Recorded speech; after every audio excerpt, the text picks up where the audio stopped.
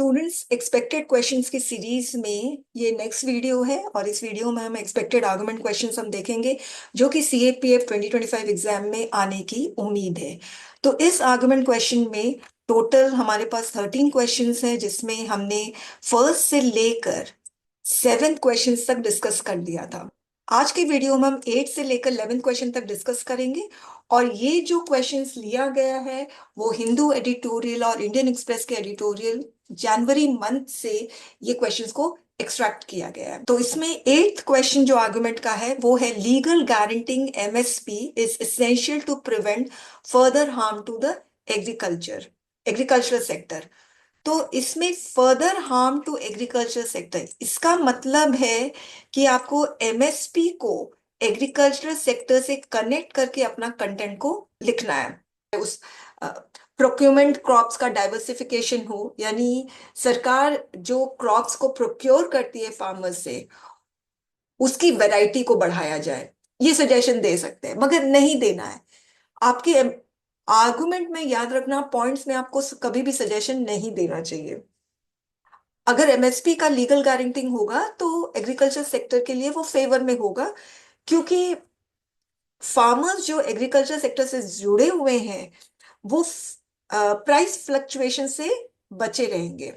MSP जो है farmers को सेफ गार्ड करता है मार्केट फ्लक्चुएशन से, तो जिससे वो अपना जो एग्रीकल्चरल एक्टिविटीज है वो कंटिन्यू रख पाएंगे, एग्रीकल्चरल जॉब को नहीं छोड़ेंगे। आज एग्रीकल्चर सेक्टर का कंट्रीब्यूशन जीडीपी में 17% है, जो कि डिक्लाइन करता जा रहा है। क्यों डिक्लाइन कर रहा है? क्योंकि फार्मर्स एग्रीकल्चरल सेक्टर को छोड़ रहे हैं, वो माइग्रेट होके अर्बन एरियाज में जा रहे हैं और वहां पे कोई भी लेबर वाला काम कर रहे हैं मगर अब खेती नहीं कर रहे हैं। तो यदि उनको एमएसपी का गारंटी मिल गया तो वो एग्रीकल्चर एक्टिविटीज को कंटिन्यू रखेंगे। फिर अगर एमएसपी का गारंटी होगा, दूसरा एग्रीकल्चर सेक्टर को क्या फायदा होगा? क्रॉप डाइवर्सिटी, क्योंकि एमएसपी जो है ज्यादातर वीट एंड राइस से कनेक्टेड है। पल्सेस एंड ऑयल सीड्स में भी एमएसपी हो जाएगी तो फार्मर्स उसको भी उगाएंगे, तो इससे डाइवर्सिफिकेशन होगा। और पल्सेस और ऑयल सीड्स को जो इंपोर्ट करता है इंडिया बहुत ज्यादा मात्रा में, वो इंपोर्ट करना बंद हो जाएगा, तो एग्रीकल्चर सेक्टर को फायदा होगा इससे। रूरल इकोनॉमी एक्सपैंड होगी। तो स्टूडेंट्स इसमें आप लोग आराम से 3 पॉइंट्स लिख सकते हो और आर्गुमेंट में 3 पॉइंट से ज्यादा मत लिखो, हर एक पॉइंट को अच्छे से एक्सप्लेन करो। सबसे पहली चीज है, फार्मर एग्रीकल्चर सेक्टर में अपने आप को सस्टेन कर सकता है अगर एमएसपी का लीगल गारंटिंग हुआ, पहला पॉइंट। दूसरा पॉइंट, क्रॉप डाइवर्सिफिकेशन होगा, specially pulses and oil seeds का, जिसको इंडिया भारी मात्रा में इंपोर्ट करता है। अगर उसमें एमएसपी आ गई तो फार्मर्स उसको भी अच्छे से उगाएंगे, रूरल इकोनॉमी को स्ट्रेंथन करेगा। और एक और पॉइंट आप लिख सकते हो, एग्रीकल्चरल इंफ्रास्ट्रक्चर को भी सपोर्ट करेगा, क्योंकि गवर्नमेंट प्रोक्योरमेंट जो होगा अंडर एमएसपी, उससे इन्वेस्टमेंट होगा स्टोरेज में, ट्रांसपोर्टेशन में, प्रोसेसिंग फैसिलिटी में, जिससे पूरा एंटायर सेक्टर को बेनिफिट मिलेगा। एमएसपी हार्म भी कर सकता है, तो अब आप अगेंस्ट में लिखोगे। ओवर प्रोडक्शन, फार्मर्स लोग ओवर प्रोड्यूस करेंगे, भाई इसमें एमएसपी मिल रही है, इससे वाटर डिप्लीशन होगा। एमएसपी बैक्ड क्रॉप्स जैसे राइस एंड व्हीट, तो उसमें क्या हो रहा है, पंजाब और हरियाणा में इतना ज्यादा राइस एंड व्हीट का प्रोडक्शन हो रहा है कि ग्राउंड वाटर जो है वो ही कम होता गया, से वाटर स्कैसिटी हो जाएगी। स्टोरेज एंड वेस्टेज इश्यू होगा, एक्सेसिव स्टोरेज कैपेसिटी, इससे वेस्ट होगा, फाइनेंशियल लॉसेस होंगे।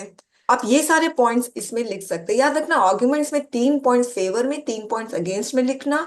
और एमएसपी का आप इंट्रोडक्शन में आप ये लिख सकते हो, आप स्वामीनाथन पैनल रिकमेंडेशन के बारे में लिख सकते हो। इंट्रोडक्शन में कभी भी फेवर या अगेंस्ट में नहीं लिखोगे।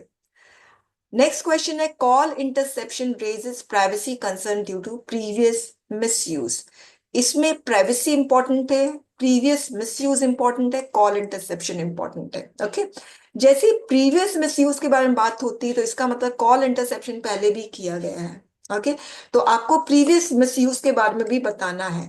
ये आप फॉर्म में बताओगे किस तरह से कॉल इंटरसेप्शन प्राइवेसी का इन्वेजन है और पहले भी इस तरह का हुआ है। तो प्रीवियस मिसयूज के बारे में मैं पहले ही बता देती हूँ। पेगासस के बारे में बता सकते हो।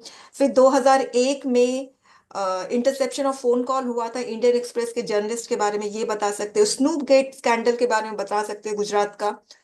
तो ये प्रीवियस मिसयूज के बारे में बता दिए। ओके, अब रही बात प्राइवेसी की, तो सुप्रीम कोर्ट 2017 में राइट राइट टू प्राइवेसी को फंडामेंटल राइट डिक्लेयर कर दिया था।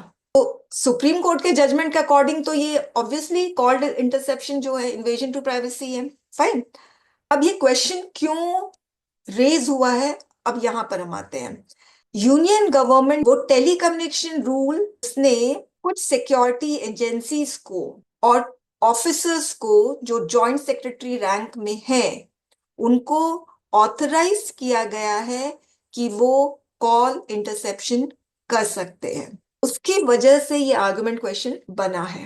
तो आप इंट्रोडक्शन में ये चीज आप लिख सकते हो, union government has empowered certain officers, the rank joint secretary and security agencies to order message interception. और इन अगेंस्ट का आपको बहुत सारे मिल जाएंगे स्टूडेंट्स, आप गूगल सर्च करना। नेक्स्ट क्वेश्चन है, electronic monitoring of prisoners neglects the human aspect of prison management.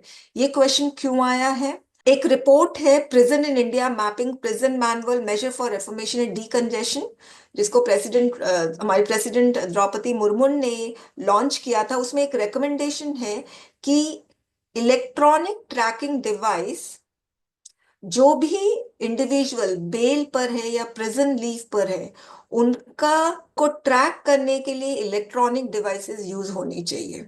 Actually ऐसे प्रिजनर्स जो बेल पर है या प्रिजन लीव पर है, मैंने ये क्वेश्चन सारे प्रिजनर्स के लिए फ्रेम कर दिया जो कि प्रिजन के अंदर है। फाइन। तो इसके लिए आप फॉर्म में लिख सकते हो कि बहुत आसानी से आइडेंटिफाई हो सकता है कि कौन सा प्रिजनर का बिहेवियर अच्छा है, जिसको हम सोसाइटी में इंटीग्रेट कर सकते हैं। फिर बिजनेस बिहेवियर पे रिसर्च किया जा सकता है, जिससे उसी हिसाब से रिहैबिलिटेशन सेंटर में उनको ट्रीटमेंट मिल सकता है। इस तरह से और भी पॉइंट्स हो सकते हैं स्टूडेंट्स। और अगेंस्ट में आप लिख सकते हो कि ये over reliance on electronic devices है, और दूसरा डीह्यूमनाइजेशन है, क्योंकि प्रिजनर्स का भी अपनी एक प्राइवेसी होती है। उनको अगर 24 आवर्स मॉनिटर किया जाए तो वो अगेंस्ट ह्यूमैनिटी होगी। नेक्स्ट है, क्वालिटी एजुकेशन इज लग्जरी। इसका मतलब है कि ऐसा एजुकेशन जो इंग्लिश मीडियम वाला हो, जिसकी फीस बहुत हाई हो, जिसमें सारी फैसिलिटीज हो, एसी बसेस, एसी क्लासरूम, ये सारे लग्जरी है, ये एलीट क्लास के लिए है। जो लोअर मिडिल क्लास है, अपर मिडिल क्लास है, शायद उनके लिए नहीं है। तो इसमें आपको फॉर एंड अगेंस्ट में बहुत सारे पॉइंट्स मिल जाएंगे। और स्टूडेंट्स, एक अनाउंसमेंट, आंसर राइटिंग बैच शुरू हो रहा है 21 फेब 2025 से। और अगर आप लोगों को अपने राइटिंग स्किल को इनहेंस करना है और आप लोग ये CAPF 2025 एग्जाम को टारगेट कर रहे हो, तो इस बैच को जरूर से ज्वाइन करिए। 1-to-1 इवैल्यूएशन होगा, रिटन फीडबैक, ऑडियो फीडबैक, और कभी कभी टेलीफोनिक फीडबैक भी मिलेगा यदि आपको जरूरत लगती है या मुझे जरूरत लगती है। तो आप लोग इसको जरूर से ज्वाइन करिए अगर आप लोग 2025 एग्जाम को टारगेट कर रहे हैं। Thank you very much.